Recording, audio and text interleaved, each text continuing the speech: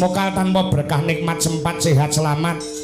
tangih awake dhewe iso ngabiyantara sowan sempat tegese apa sing dadi kersaning para panitia para warga masyarakat sing disepuhi kelawan panjenengane Bapak Kepala Desa ana ing Prajekan tangga sing dikersakne panjenengane Bapak Timbul SAP minangka dadi songsong agung pepayung ana ing Desa Prajekan awake dhewe longgar awake dhewe sela mekasane bengi iki awake dhewe ngabiyantara sowan dua tangga menjadi pilihan dening panjenengane bapak-bapak panitia utamane Pak Kepala Desa. Oh ngono lek ngebel aku Pak Lurah ki nek pokoke ora tanggal 1 ya tanggal 8 no. Oh ngono ya iya. Dalam awake dhewe longgar tanggal 1 ing bengi iki awake dhewe iso ngabiyantara sowan yen ngono tanggal 8-ne kosong ora. Tanggal 8-ne delalah bar didhawuhi didilke karo penjane Pak Timbul SAP aku entuk telepon saka Maguan Kecamatan Sambit Ponorogo. Oh ngono alhamdulillah rembug dadi lah insyaallah tanggal 8 ing bulan Mei awake dhewe sowan ana ing Desa Maguan Kecamatan Sambit ing Kabupaten Ponorogo. Oh iya yang Ponorogo meneh iya iki jenenge nikmat sempat sehat alhamdulillah gliak-gliak awake dhewe diparingi kesehatan sehingga iso secara maksimal anggone menghibur kabeh para warga masyarakat sing haus hiburan utamane ana ing Prajekan jalan wis suwe kene iki ora nek wayang no. Oh ngono ya selamat alhamdulillah mendarat ana kene pas maghrib mau awake dhewe diparingi keselamatan dening Gusti Allah Subhanahu wa taala tanpa ana alangan samijapa sehingga bengi iki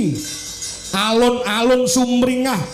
menjadi lautan manusia untuk bersama-sama kembulan niat kelawan para warga masyarakat ana ing Prajekan nggone nganake bersih desa resik desane resika desane resika sing nggoni adoh saka Godha Rencana adoh saka Sengkala wekasane Desa Prajekan dadi desa ingkang badatun thayyibatun barapun gopur gemah ripah loh jinawi Kertatata Raharja murah sandang pangan kang satu papan adoh saka bencana alam digampangi lek golek rezekine lancar dawa umure sehat awake kang satu diparingi selamat donyane diparingi selamat akhirate Allahumma ya rabbal alamin pancen kaya ngono ya yen disiwona walaupun dalam Al-Qur'an dalam kitab suci lainnya ki ora ana tulisane he menungso kowe bersih desa ora ana ning iki mujudake adat istiadat sing wis lumadi ana Nuswantara merga Indonesia utamane wong Jawa kuwi wis duwe budaya. Oh ngono ya saurunge agama apa wae mlebu ana ing Nuswantara wong Jawa dhewe wis duwe budaya asalkan tidak bertentangan dengan ajaran agama. Mari kita lanjutkan tur nek gelem goleki gelem nliti kanthi permati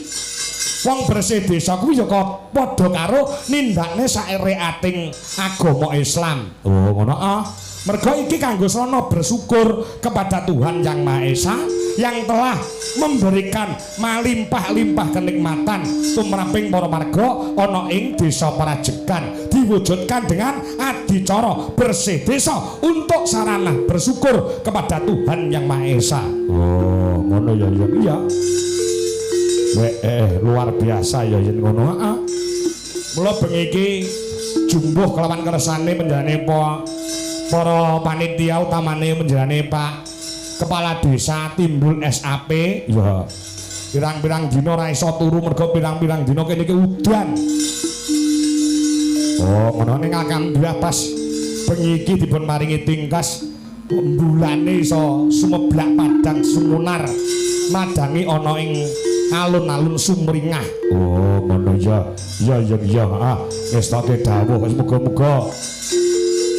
apa sing dadi niat lan hajate para warga masyarakat